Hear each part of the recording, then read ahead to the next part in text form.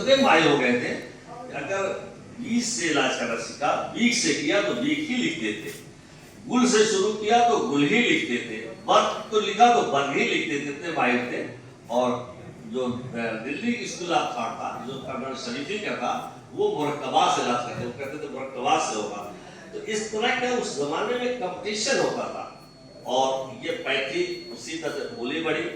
मेरा एक चीज और मैं आपको बता दूं, अक्सर कहा जाता है कि तबीब जो है सीना बसीना अपनी बातों को छिपा के लेके चल गया।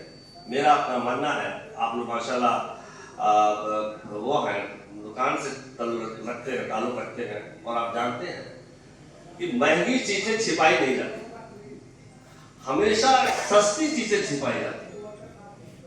लोगों को दिमाग में ये है कि वो नुस्खा छिपा लेगा, कोई महंगा नुस्खा था जो छिपा लेगा, महंगा कोई नहीं छिपाता है, सस्ता कहते हैं।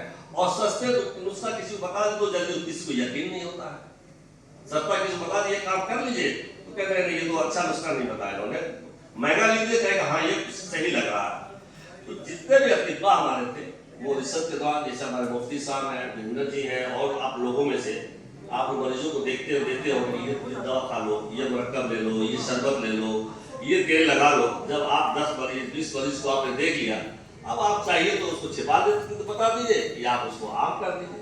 तो अतिबा का एक कंपटीशन हुआ करता था, किसी ने बताया और किसी ने नहीं बताया, तो वो माने नहीं रखता। बल्कि हमारे बच्चों को चाहिए कि वो किताबें पढ़े, किताबों में जो जितना सस्ता से सस्ता नुस्खा हो आप उसको अडॉप्ट करिए और वो फायदा करेगा, ऐसा नहीं फायदा करेगा। इसके अलावा आप लोग हमारे डॉक्टर साहब हैं और भी जो हमारे इंस्टीट्यूशंस हैं, हमारे इलाके में, हमारे गांव में, हमारे घर में कौन कौन सी चीजें पाई जाती है, हमारे मतबख में, हमारे किचन में क्या चीज है, धनिया है, हल्दी है, सौंफ है, किसमें फायदा करता है, ये जानकारी होना चाहिए ताकि हम लोगों को बता सके। आप हम सब लोग जानते हैं, आज भी सब लोग जानते हैं, नज़ला हो गया, जुकाम हो गया, तुलसी पी लो, क्या नाम है, अजवाइन के शरबत ले लो, काढ़ा ले लो, या और जो दूध ले लो, सब बताते रहते हैं। उसी का इजाफा कर ले, दूसरे को बताते रहे तो लोगों को इसका फायदा होगा। एक चीज और मैं आपको बताना चाहता हूँ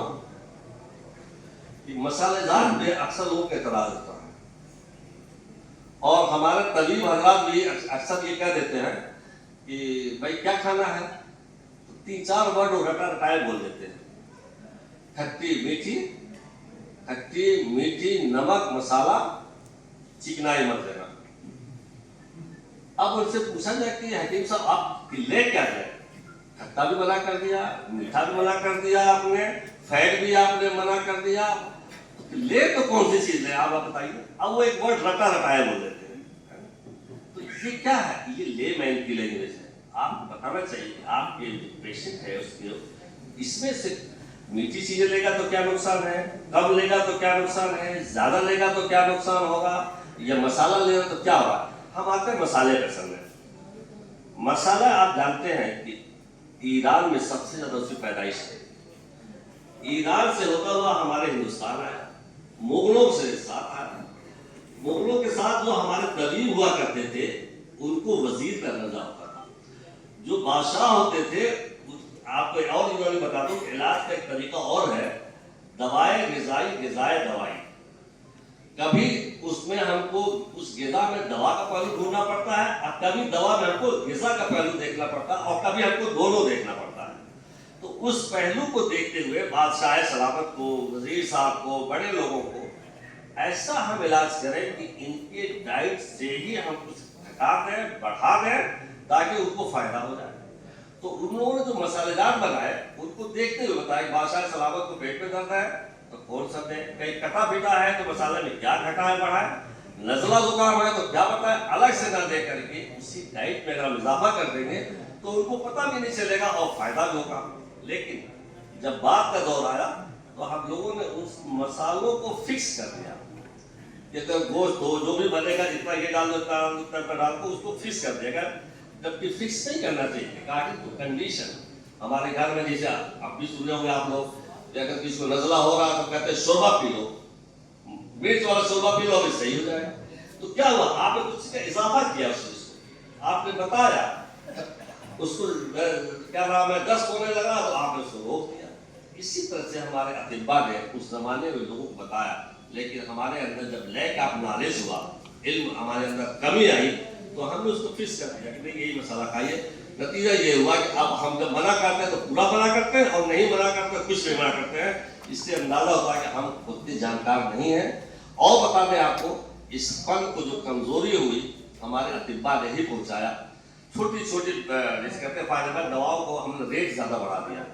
उधर अंग्रेजों ने सस्ती दवाएं देनी शुरू की, और हमने क्या किया कि रेट बढ़ाना शुरू कर दिया। खास तौर से आप अगर देखेंगे सेक्सोलॉजी से रिलेटेड अगर जो हमारी दवाएं हैं, आप खुद जानते हैं कि कितनी होती है, लेकिन क्या है तो हम घर पे बना रहे हैं, उसको पीस रहे हैं, उसको बना रहे हैं। अरे कमरुज़्ज़मान साहब ज्यादा अच्छी दवा बनाएंगे, मैं अपने घर में अच्छी दवा बनाऊंगा। कमरुज़्ज़मान साहब की दवाई सस्ती पड़ेगी, हमारी पड़ेगी, हम जितने सिंगल लेंगे हमारी महंगी होगी, इनकी बदी बनाई सही। शर्त यह है कि यकीन रखें हम इसमें। तो हमने क्या किया कि बढ़ाते चले गए। तो इन सब चीजों से हमको बचना चाहिए, और हकीम साहब की जो आज याद मनाई जा रही है, हमें जरूर कोशिश करनी चाहिए कि उनकी वजह से जो भी उसकी सलाहियत हम जानते हैं कि हम हर चीज़ किसी के साथ नहीं कर सकते हैं, लेकिन हकीम साहब की जो भी सवालियात यहाँ पढ़े हों या सुने हों, तो कुछ चीज़ें को एडाप्ट करना चाहिए। हकीम साहब की आदतों में से ये शुमार था कि वो किसी मरीज को वापस नहीं करते थे, वो सबको दवाएं देते थे। और जब वो नवाबों के यहाँ जाते थे तो उनकी फीस उस वक्त की 1000 रुपये हुआ करती थी। आप अंदाजा लगा सकते हैं कि उस 1000 की आज कीमत क्या होगी। उसी 1000 की वजह से तिब्बिया कॉलेज जैसा करोड़बाग तिब्बिया कॉलेज कायम कर दिया, और उन्होंने सबसे चंदा लिया, चाहे वो हिंदू हो, मुस्लिम हो, सिख हो, ईसाई हो, और सभी लोगों ने दिल खोल के दिया। उस तरह से हमको यूनाइट होकर जब हम करेंगे तो सारी दुनिया